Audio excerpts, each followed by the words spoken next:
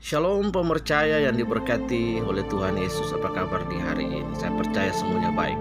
Ya, Anda hari ini sedang mendengarkan Journey of Christmas bersama dengan Pastor Elroy. Dan saya berharap podcast ini dapat menjadi berkat bagi kita semua. Tuhan Yesus memberkati.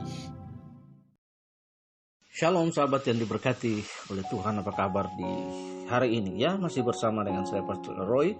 Di podcast hari ini Journey of Christmas di hari yang kelima.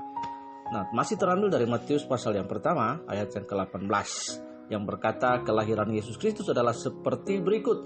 Pada waktu Maria ibunya bertunangan dengan Yusuf, ternyata ia mengandung dari Roh Kudus sebelum mereka hidup sebagai suami istri. Nah sahabat, mari kita berdoa sebelum kita merenungkan podcast ini. Bapa, berkati kami, berikan Roh Kudus bagi kami supaya kami memahami pembacaan ini dan kami boleh mengaplikasikan nilai-nilai yang kami ekstrak dari pembacaan ini. Di dalam nama Yesus kami bersyukur. Haleluya. Amin. Sahabat yang diberkati oleh Tuhan Yesus, di masa Adventus Natal ini kita belajar daripada Matius pasal 1 ayat 18 yang sudah kita baca tadi. Hari ini tema kita adalah nyatakanlah Tuhan. Sahabat yang diberkati oleh Tuhan, yang dirahmati oleh Kristus, bagaimana seorang pria seperti Yusuf meresponi panggilan Allah? Bagaimana ia merespon rancangan Allah bagi dirinya yang juga merupakan rancangan bagi dunia? Mungkin mulanya Yusuf merasa dunia seolah diperuntukkan bagi dia. Ia memiliki pekerjaan sebagai tukang kayu. Pertunangannya dengan Maria tentu membahagiakan hatinya. Namun tiba-tiba dunia terasa runtuh. Maria hamil. Padahal mereka belum hidup sebagai suami istri. Tentu ini sangat mengecewakan karena Yusuf merasa dikhianati. Meski mencintai Maria, pasti sangat sulit bagi dia untuk mempercayai cerita Maria. Lalu apa yang harus dia lakukan? Hukum yang berlaku pada saat itu bagi para pezina adalah dilempari batu hingga mati. Ini bisa menjadi alasan untuk memutuskan pertunangan sekaligus andilnya untuk Maria dirajam. Namun kita belajar daripada karakter Yusuf yang luar biasa. Di sini adalah Yusuf memilih untuk memutuskan pertunangannya secara diam-diam. Ia tidak ingin mempermalukan Maria di depan umum. Tanpa disangka malaikat menemui dia di dalam mimpi dan berbicara secara khusus mengenai kehamilan Maria. Yusuf meresponi hal itu dengan sungguh berbeda dari sikap yang sebelumnya ingin menceraikan Maria diam-diam. Ia bersedia menaati Allah dan menjadikan Maria sebagai istrinya. Dari sini kita belajar Yusuf adalah figur Natal yang tidak terlupakan.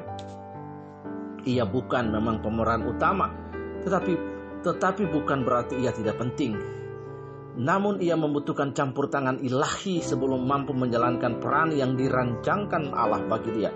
Doa saya hari ini juga kita mampu untuk mengenali rancangan Allah yang dirancangkan bagi kita. Mungkin kita bukan pemeran utama, tetapi mari kita terlibat dengan rencana Allah dalam setiap pasal yang diberikan bagi kita.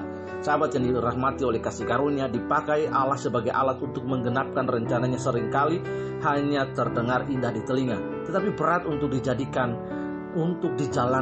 Mengapa? Karena harus mengorbankan hasrat, harapan, ambisi kita. Bahkan mungkin kita merasa bahwa harga diri kita pun ikut dirampas. Namun kita harus mengimani bahwa kehendak Allah atas kita merupakan yang terbaik. Kita juga harus menyadari bahwa dilibatkan Allah ke dalam penggenapan rencananya merupakan hal yang sungguh mulia bagi kita. Mulia walaupun kita tidak dapat penghormatan dari orang lain. Bila kita tetap merasa berat menjalankan kehendak Allah, mintalah Tuhan menerangi hati dan pikiran kita, serta menguatkan kita. Mari kita berdoa. Bapa, kami berdoa dan mengucap syukur seperti Yusuf, kami mau belajar untuk terlibat dalam setiap detail rencana Allah dalam kehidupan kami. Terima kasih Tuhan untuk Natal ini.